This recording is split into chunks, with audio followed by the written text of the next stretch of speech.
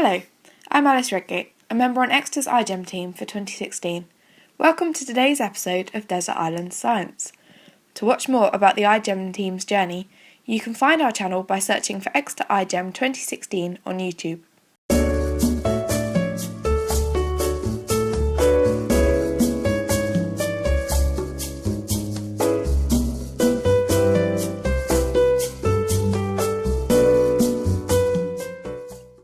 So welcome, Professor Kittney. Together with Professor Fremont, you have been responsible for developing the Imperial College Hub for Synthetic Biology, which is now recognised as one of the leading international centres in the field. Can you tell us a bit more about this centre and the work you do there? Yes, certainly. Well, basically, we started the work on synthetic biology formally probably around 2006. And we worked on synthetic biology research for, I guess, a few years. But in 2009, we won the UK national competition to establish the first synthetic biology centre. And so in April 2009, we started our centre. When we first started back in 2006, there was just me and Paul Fremont and one or two PhD students. We got a major grant to start the first centre. That is now been up and running for several years, and basically that works on fundamental research, which covers both what we call platform technology, so this is fundamental techniques for synthetic biology, but also a range of applications. And then I'm sort of, truncating a lot of this, but then in 2013, we won the national competition to establish the UK Centre for the Industrial Translation of Synthetic Biology. And that now involves over 20 UK universities, but also over 40 industrial companies, of which 10 are multinationals and the rest are small and medium-sized companies. So as far as the Imperial College Hub is concerned, we now have well over 100 people working on those aspects I've just described. Mm-hmm. And what does your role involve? Well, I'm the co-director of the hub with Paul Fremont. So we are responsible for essentially directing the whole of the activity across the board in terms of the synthetic biology hub. And so that means, coordinating our academic colleagues in terms of different projects, and also coordinating the activity within the Industrial Translation Centre, which involves interacting with a whole range of companies I've described, but also in terms of running a series of business courses, because one of the things that we do within the Industrial Translation Centre, which is called Symbi City, is that we teach people about business techniques, because it's about doing spin-outs and startup companies and then going through to small profitable companies.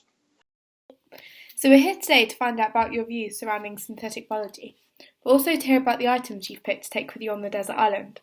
On the island, you already have a copy of the iGEM registry with access to all the synthetic biology parts and a solar-powered bento lab, but you're able to select one other book, one other piece of science equipment, one luxury item, and 2 songs. So tell us about the first song. Otis Redding, Top of the Bay. I lived in San Francisco and I worked there for a year. This is going back a while, but also San Francisco is somewhere that we go to every year now, because San Francisco and the Bay Area, as it's called, is a major hub for synthetic biology. In fact, we're going to the main meeting there, which is called SymBioBeta, in 2 weeks' time. So, both in terms of my previous research, but also in terms of, current activity, since San Francisco is an important area. Sitting in the morning sun, I'll be sitting when the evening comes. watching the ships roll in, and then I watch them roll away again. Yeah, I'm sitting on the dock of the bay, watching the tide roll away. Ooh. You've had a very diverse career, ranging from chairing the Royal Academy of Engineering's inquiry into synthetic biology to being one of the main authors of the UK roadmap for synthetic biology. So what's been the highlight of your career? Well, in that context, I think, well, actually both, but I mean, having the ability. So I was the protagonist for getting the Royal Academy of Engineering to do this inquiry into synthetic biology. And so Paul Fremont and I worked on this really hard, along with a series of other people, influential people, people like David Delpy, who was at the time head of EPSRC. And so we produced the report, which was published in 2009, May 2009, which I think many international observers would say, was a kind of groundbreaking document. So that was a pretty important development, because I'm not saying we would take all the credit for this, but I think the Royal Academy of Engineering inquiry and also the report was highly influential in getting the UK government interested in synthetic biology, and then that then led on to the establishment of the Working Party of which of course I was a member, to produce the UK roadmap, which has now resulted in £300 million worth of investment by the UK government, which I think is extremely exciting and a big achievement for the government. So can you tell us about the piece of science equipment you'd like to take with you? Piece of science equipment I'd like to take with me was some kind of, I would say, I mean, I don't know if this counts, but some kind of high-end laptop, which has loaded onto it all the appropriate software, including MATLAB, and connected to solar panels. And what would you use that for? Well, for design. I mean, design and computer modelling. So if I'm stuck on a desert island, I would need to, be able to design a whole load of things. And having a good laptop and all the appropriate software would enable me to do that, both in terms of general design, but also maybe designing things related to synthetic biology. Fantastic. So a large part of our iGEM project is human practice, where we take our project beyond the lab to try and engage the public with science. One of your outreach roles involves talks at school science clubs. When we spoke to teachers at a high school in Kent, their opinion was that synthetic biology should be taught from as young as the age of 5.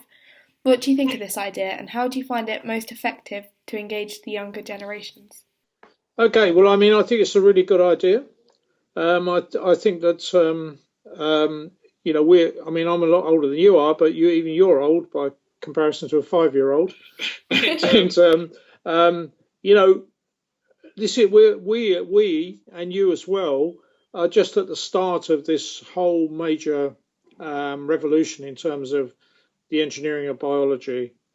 So the sooner you can get really young people, interested in this whole field, and indeed, of course, in my opinion, in the whole area of science and engineering, the better. So I'm all for getting 5-year-olds to get involved. And, and I mean, just the other day I was watching about a 3-year-old in a restaurant playing on an iPad and doing quite sophisticated interaction in terms of computer games.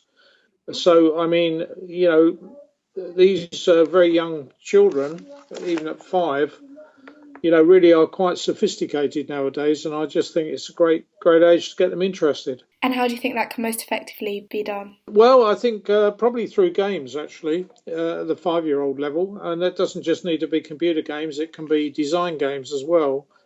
I mean, we run every year. We run the what we call the Imperial College Festival. That's a big thing over a whole weekend, and we have all these very young children come along, and we have various games for them in terms of synthetic biology, where they put together the equivalent of biobricks, and they're actually basically simple electronic circuits, but they're actually genetic circuits, and they light up, etc. if we put them in the right order. And the main thing is just to get them enthusiastic. Really, it's enthusiasm that is the most important thing. So tell us about the book you've chosen. So does it need to be a novel or something something more serious? It can be anything you like. Okay, well, I think if I'm stuck on a desert island, I think I'd want a really good novel to read. Okay, and a novel I've read several times. Well, I could choose Anna Karenina by Tolstoy, which is an amazing book about human life and human interactions. But I think I would really choose Les Miserables. I think that's an amazing book as well. I mean, yes, there is a stage show and all that and a film now, but the original book is just, I think, an amazing book because it really does go into a large number of aspects of, human life, human society. So I think Les Miserables would be my choice. Might be able to read it in French, but it would be better in English. So let's have some more music. Do you have a second song choice? Hotel California by the Eagles. You can check in any time, but you can never leave. That's what I feel about synthetic biology. You never want to leave synthetic biology. I mean, that's quite good actually, because of the many students that have been through our hands now. Only a few have, many have checked in, but very few have left the field of synthetic biology. So I think Hotel California, the actual track, which has you can check in any time, but you can never leave, is pretty good. Fantastic. Last thing I remember, I was running for the door. I had to find a passage back to the place I was before. Relax, said the nightmare, we are programmed to receive.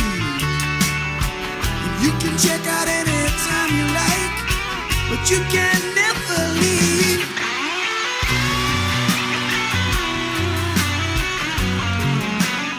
So synthetic biology is a relatively new field of research, having only emerged within the last 2 decades.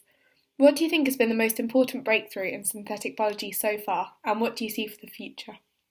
Okay, so, I mean, strangely enough, probably, I see the most important breakthrough in synthetic biology as being I think DNA sequencing kind of predates the field, but so therefore I'm going to say reliable and effective DNA synthesis, the ability to write DNA chemically.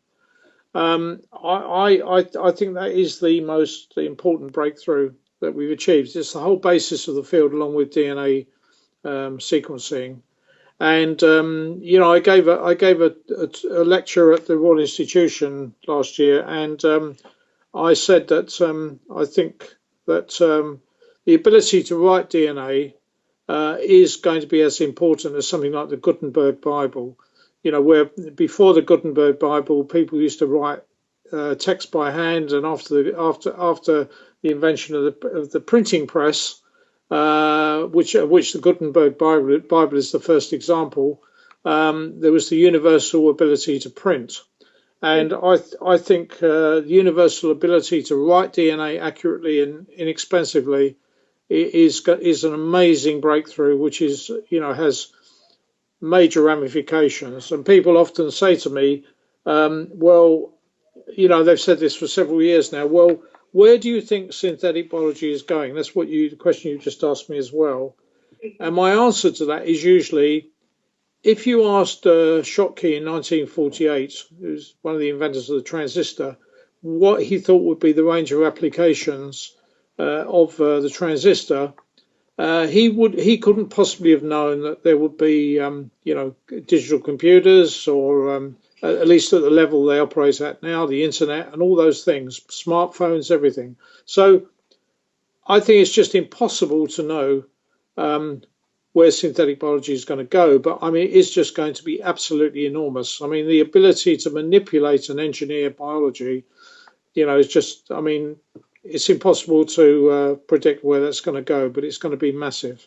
And if you could create anything using synthetic biology, what would it be? If I could create anything, oh, that's a really quite a difficult question, because there are many things that I'd want to create. I mean, some of the things already being created, like really effective vaccines, which can be manufactured very rapidly, advanced biosensors, the ability to be able to produce major forms of energy without contaminating the environment. They're sort of areas that I think that we need to be working on. And during your career, who's been the most influential person in the field that you have met? Well, I mean, in the field of synthetic biology, I would absolutely single out Jay Keesling.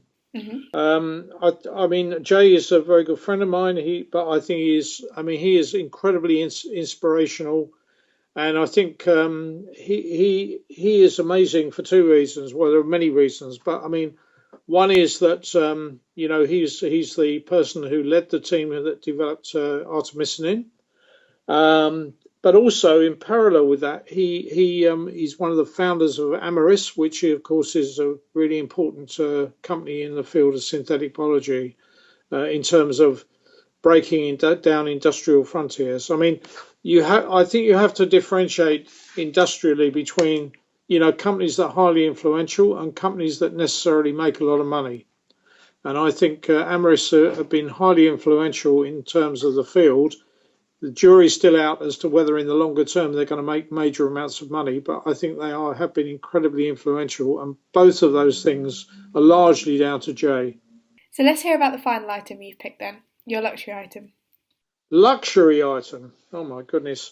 Does it really have to be luxury or practical? It's just anything else you'd like to take with you. Okay, well, I mean, I think I would like to, dare I say it, and I am an engineer, I would like to take a full set of physical tools, so things like axes, knives, saws, that kind of stuff, because not only will I need the computer to be able to do design, but I mean, obviously I'm going to need physical tools like axes, knives, saws, etc., to be able to, create a good living environment. Fantastic. I know that's not maybe considered to be luxury by some people, but it is to me. It will certainly be a luxury to create a living environment that's works. So how do you think you're going to find living on our desert island? Well, I mean, I'm a fairly social person, so I'm going to find it lonely. But on the other hand, I'm also, it's a bit personal, but I'm also an only child.